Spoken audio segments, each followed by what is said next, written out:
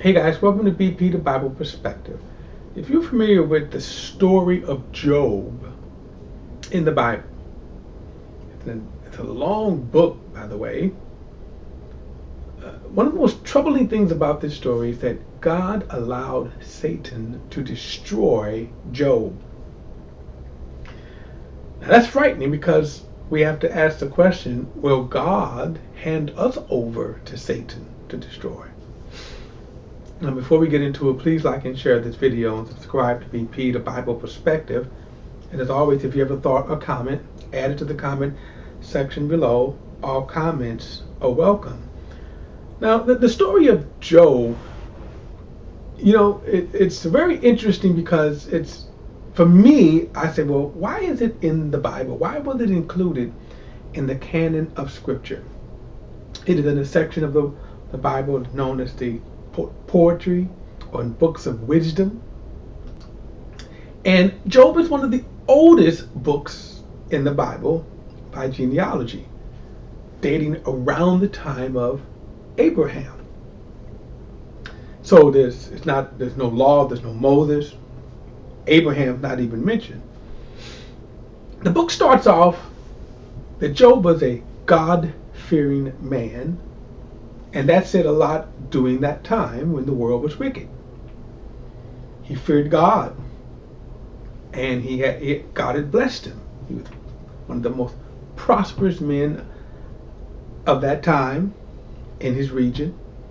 He had 10 kids, a wife.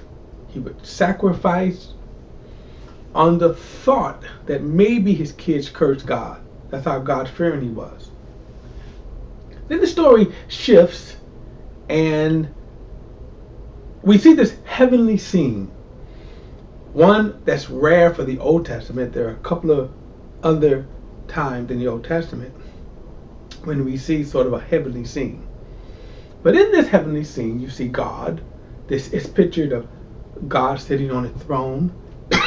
All of the sons of God are presenting themselves before God. The word sons of God there refer to angels. And then all of a sudden something very strange happens. Satan presents himself before God. Now that's odd because at this time Satan is Satan. He's the devil. He's kicked out of heaven.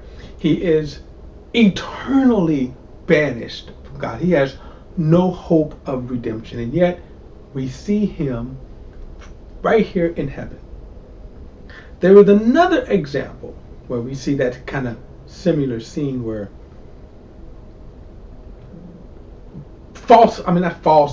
demonic angels are presenting themselves before God in the case of King Ahab. But God asks Satan,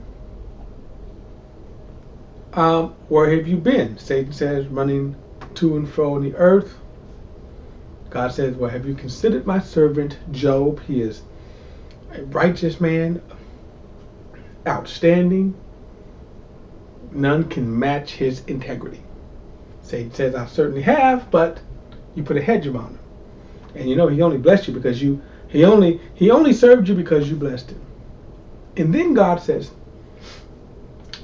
he's in your hands. Do whatever you want. Just don't kill him. Now that's frightening, right? Because here God is handing Job over to Satan. And we're going to see later, no, there's not a cause. Now, pretty much everybody else, most people in the Bible, if God was doing this, God certainly would have a cause, right? I mean, in other words, we've done something wrong. Moses, the greatest Old Testament prophet, didn't make it into the promised land because of one sin he did. God is saying here about Job, he is a righteous man. You can destroy his life, but you can't kill him. He's not going to give up his integrity. And the question would be, would God do that to us? I mean, think about this now. If a man came up to me and said, hey man, you got a fine wife. I bet you I can seduce her. I wouldn't say, Or go right ahead. Try. Excuse me. Try. Try to seduce. No. Don't be disrespectful. Here, God gives Satan over. Well, the story goes on. Satan destroys Job's life. There was a second heavenly scene where the sons of God, the angels, presented themselves before God. God asked Satan, where you been? He says, running to and fro in the earth. He says, well, guess what? Job still hasn't, he said, he still hasn't denied me. He hasn't compromised his integrity. And then God makes this statement. Even though you move my hand against him without a cause. And so right there you have God himself saying, yeah, I'll let you destroy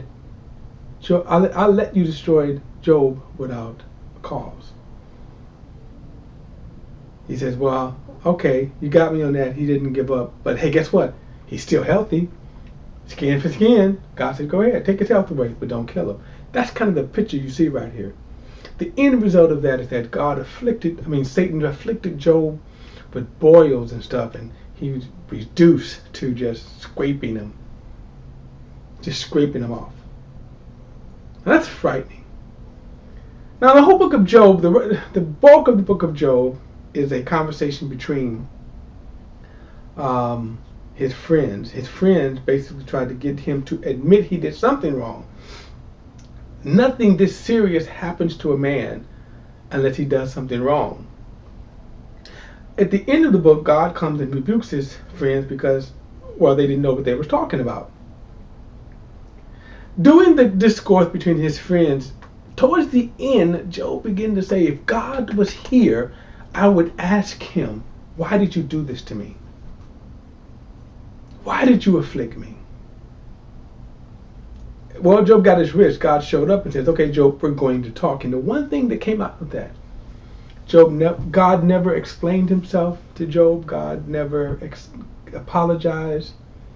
You know what God did? God says, where were you when I made the heaven, the earth, the creatures? Where were you? The very presence of God humbled Job. But the bigger question is this. In our day, do we have to worry about when bad things happen to us, when tragedies happen to us? Is it God that's doing that for some reason? One of the first people to be blamed is God when tragedies happen, when hardships of life happen. And let me just say this. The one thing that is wrong to do is to blame God when you don't know if it is God. Job held his integrity despite what he thought God was doing. He still said he's still God. That was the integrity that God proved. And in the end, God blessed him double, but that's an atypical. Bad things happen to us. Tragedies happen, hardships happen, because we live in a sinful world.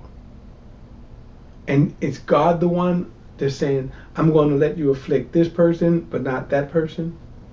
No, that is not the promise that God has given us. Let me say that if it was, be like Job. But if God doesn't tell you that, don't ascribe your hardships to God. Your tragedies to God.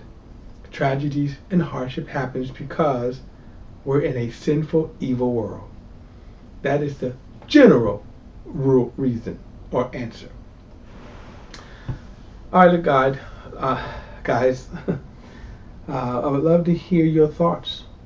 What do you think about this?